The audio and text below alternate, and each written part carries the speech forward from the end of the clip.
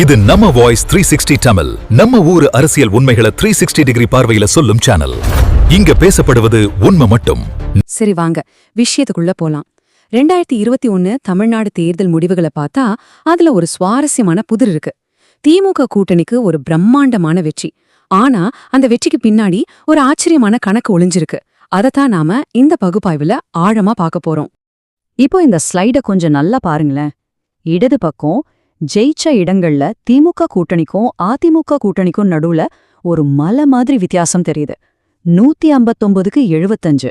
ஆனா வலது பக்கம் பாருங்க, அவங்க வாங்கின வாக்கு சதவீத வித்தியாசம் ரொம்ப ரொம்ப குறையுது. வெறும் 3.5% தான். நம்ப முடியுதா? இவ்வளவு சின்ன வாக்கு வித்தியாசத்துல எப்படி இவ்ளோ பெரிய சீட்டு வித்தியாசம் வந்தது?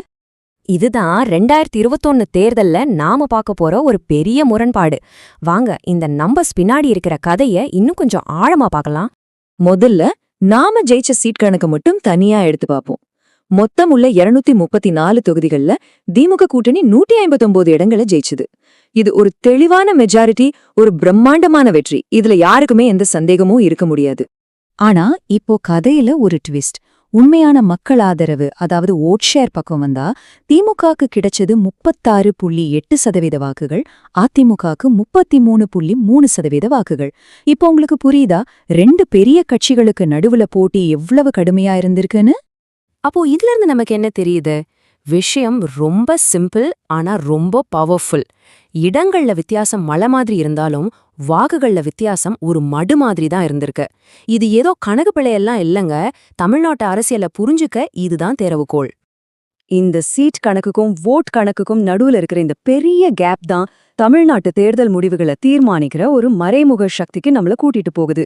நாம அத ஸ்விங் பவர் அப்படின்னு சொல்லலாம். அப்படின்னா என்ன இந்த ஸ்விங் பவர்? ரொம்ப குழப்பிக்க வேணாம். ரொம்ப சிம்பிளா சொல்லணும்னா, ஒரு சின்ன சதவீத வாக்குகள் ஒரு கட்சியிலிருந்து இன்னொரு கட்சிக்கு மாறுதுன்னு வச்சுக்கோங்க. அது ஜெயிக்கிற அல்லது தோக்குற இடங்களின் எண்ணிக்கையில ஒரு பெரிய மாற்றத்தை ஏற்படுத்தும். இதுதான் தேர்தல் களத்தோட சீக்ரெட் இன்கிரீடியன்ட். இப்போ பாருங்க, இந்த ஸ்விங் எப்படி ஒரு மேஜிக் மாதிரி வேலை செய்யுதுன்னு. ஒரு சின்னதா ஒரு 2% ஓட் அங்கிருந்து இங்க மாறுதுன்னு வச்சுக்கோங்களேன். என்ன ஆகும் தெரியுமா? கிட்டத்தட்ட 20லிருந்து 30 தொகுதிகளோட ரிசல்ட்டே தலைகீழா மாறிடும். அடேங்கப்பா, அதுவே ஒரு 5% ஸ்விங்கா இருந்தா அவ்வளவுதான், மொத்த ஆட்சியுமே மாறிடும். சரி, இப்போ இந்த ஸ்விங் கான்செப்ட கையில வச்சுக்கிட்டு வரப்போற 2026 தேர்தலை கொஞ்சம் உத்து பார்ப்போம். ஏன்னா இந்த தடவை களத்துல ஒரு புது என்ட்ரி இருக்கு. அதனால மொத்த கணக்குமே மாறப்போகுது. அந்த புது என்ட்ரி யாருன்னு உங்களுக்கே தெரியும். தமிழக வெற்றி கழகம். அவங்க சுமார் 10லிருந்து 14% வாக்குகளை பிரிப்பாங்கன்னு ஒரு எதிர்பார்ப்பு இருக்கு. இது சாதாரண விஷயம் இல்ல. இது மொத்த தேர்தல் களத்தையே மாத்தி வரைய போற ஒரு கேம் சேஞ்சர். இப்போ இந்த டேபிள பாருங்க. இது ஒரு மாதிரி கணக்கு தான். திமுகவோட அடிப்படை வாக்கு வங்கி ஒரு 36-37% வச்சுக்கலாம். ஆனா பொதுவா இருக்கிற ஆளுங்கட்சிக்கு எதிரான மனநிலையால அதுல ஒரு 2லிருந்து 4% குறைய வாய்ப்பு இருக்கு. அப்ப அவங்க வாக்கு வங்கி 33-35% வரும். அதே நேரத்துல அதிமுகவோட 33% அடிப்படை வாக்கு வங்கி இருக்கு இல்லையா, அது இந்த எதிர்ப்பு வாக்குகளை தனக்கு சாதகமாக்கி ஒரு 2லிருந்து 4% வரைக்கும் உயரலாம். அப்ப அவங்க 34-36% போவாங்க. சரி, இந்த புது நம்பர்ஸ வச்சுக்கிட்டு 2026ல என்னவெல்லாம் நடக்கலாம்னு ஒரு 3 விதமான சாத்தியக்கூறுகளை அலசி பார்ப்போமா? முதல் சினாரியோ, அதிமுகவுக்கு ஒரு சின்ன, அதாவது 1% வாக்குகள் முன்னிலை கிடைக்குதுன்னு கற்பனை பண்ணிப்போம். திமுக 34%, அதிமுக 35%. ஆனா இங்கதான் ட்விஸ்ட். தவக ஒரு 12% வாக்குகளை பிரிக்கிறதால 2 பெரிய கட்சிகளுக்குமே தனிப்பெரும்பான்மை கிடைக்காது. இதனால ஒரு தொங்கு சட்டசபை அமைறதுக்கு அதிக வாய்ப்பு இருக்கு. ரெண்டாவது சினாரியோவை பார்க்கலாம். இப்போ ஓட்டு கொஞ்சம் மாறி திமுக 35% ஆகவும் அதிமுக 33% ஆகவும் இருக்குன்னு வச்சுப்போம். இந்த நிலைமையில திமுக கூட்டணி ஜெயிக்கிறதுக்கு ஒரு மெல்லிய பாதை உருவாகும். ஆனாலும் வெற்றி அவ்வளோ சுலபமா இருக்காது. போட்டி செம்ம டஃப்பா இருக்கும். மூணாவது கடைசி சினாரியோ. இப்போ அதிமுகவுக்கு ஆதரவா ஒரு நல்ல ஸ்விங் நடக்குதுன்னு வச்சுக்கலாம்.